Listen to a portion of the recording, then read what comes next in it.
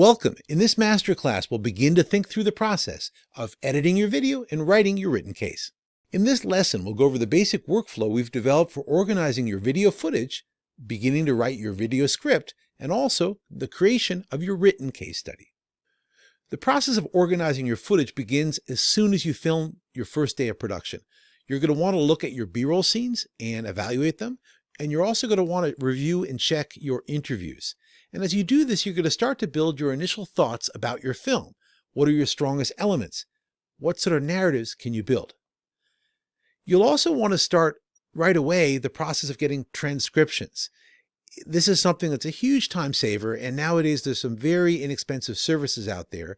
If at all possible, you can do this. We recommend it highly, and we include various links here on our course website for options for getting transcriptions done at a very, very low cost.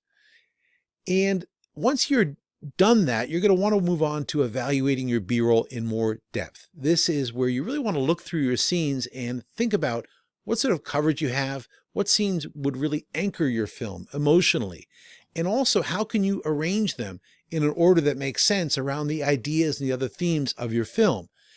And you'll also want to start thinking about what sort of gaps do you have. If you have a couple strong scenes, you might be missing some very basic B-roll, images of the city, a sequence to introduce a character. So very often you film the big complex scenes first and then go back and film out of sequence other scenes to fill in the documentary and make a complete narrative that makes sense to the viewers.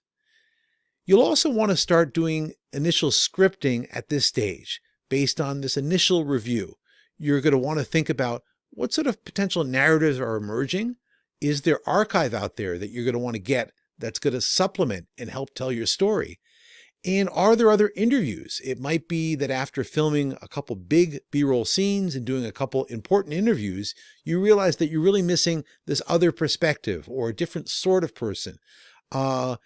Or there might even be other scenes, like I talked about before, B-roll of a city or showing a certain process that are really going to be helpful to your viewer understanding the story. And this is the time when you do that scripting and planning. Once you've done that, and once you have this basic outline and the narrative clear in your mind, you'd move on to a very detailed analysis of your interviews. And this is a very time-consuming process. If you have those transcriptions, it helps a great deal. You can look at them on the computer or on paper.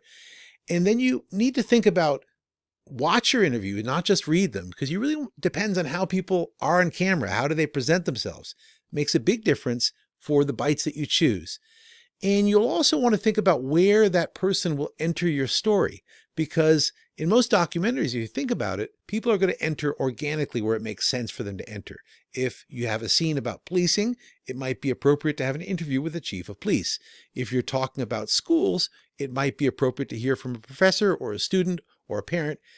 And very often those people could often come back in the story later on because they might have fantastic opinions about things. There's also certain experts who are not connected to any specific part of the story, but are more general experts who you interview. So you're going to think about how all these people fit in, where they organically enter your story, and start to build this jigsaw puzzle around those interview bites. What parts of the story will they tell in the interviews? What will you say in narration? That's the art of doing the documentary edit. Written cases do some things better, and video cases do other things better. Make sure that each approach takes full advantage of their strengths and reinforces the other approach. A written case can provide more detailed and nuanced information. A case of just 12 pages can provide whatever detail you need, whether you want to provide a complete sequence of events, or list people, places, and events, or provide charts and data. Whatever you need, you can pack it into that written case. The video case packs a different kind of punch. Videos create a sense of immediacy. A video case moves, so it's full of energy. It's visual. It taps into the visual centers of the brain, which is the main way we process the world. Because there's sound, we can also connect on that level. Video clips can give the ambiance of a scene, which makes it almost like being there. When we start to write the written case, we need to take advantage of the pieces we've gathered for the video case. That includes video transcripts, videos from site visits, images gathered to make sense of the story, notes, memos, slides, all kinds of stuff. As we prepare to write the case, read these materials and ask, what can I do with a written case that I can't do with a video case? In fact, make a list. Think of the written case as the companion volume for the video, kind of like putting two pieces of a puzzle together. A student typically views the video first. Done well, the video will raise all kinds of issues. Students should be curious to dive into more depth on the case, to take their time and look closely at all of the documents, data, and other evidence. As soon as possible, get a sense of the way the video case frames the issue. How do they introduce a topic? What questions do they pose? Who offers inside information about the case? Who offers expert opinions? When you write, build on the major points from the video, but then take a step further. A video might be able to present only a few pieces of data, but you can go much further in a paper case. To go deep, consider a few simple questions. How can certain stories go further, but not for the sake of length, but to offer more fodder for discussion? How can ideas and definitions be expressed in more useful detail so that students can use them to solve real-world problems? Always, the paper case writer should strive to spark an exciting classroom discussion, not just academic discussions, but a discussion and a debate that gets at the heart of real-world challenges and dilemmas.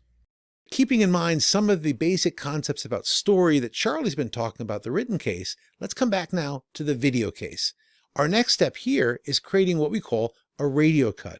A radio cut is a very basic building block of any documentary, and it's essentially the documentary laid out with narration and bites, without B-roll, without other scenes, just the core story as if it were a radio show.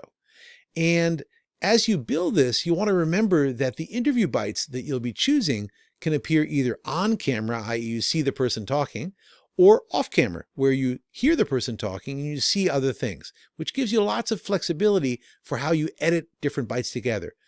And our suggestion is go for emotion and strong opinions in your interview bites. You can always use narration to get the basic facts across. If you spend too long in the interview bites having someone explain long and complex facts, it slows your film down a lot. I think you'll really want to focus on using narration to tell the basic facts and using your interview bites to go for strong opinions and emotion. And in terms of the narration, we have a few final suggestions. One is try to keep it short and sweet. Try to keep simple sentence structures and try to stay to the simple and basic facts. Try not to have any opinion enter into the narration. Try to not do anything that the viewer would feel that you're arguing for one side or the other. Unless, of course, you are doing a first-person narration, which is a very valid documentary technique where you yourself are an actor in the story and you are obviously expressing your opinion about the issues being discussed or shown. That's a different situation. But in general, a neutral narration that stays to the facts is a very useful device, and it lets your interviews and the things that you show in the film speak more loudly and for themselves. Well, we hope this basic introduction to thinking about video editing and story creation is useful. Now we're going to go into some very hands-on tutorials with our student editors, Sean and Elijah, about actually how to do your first video edit.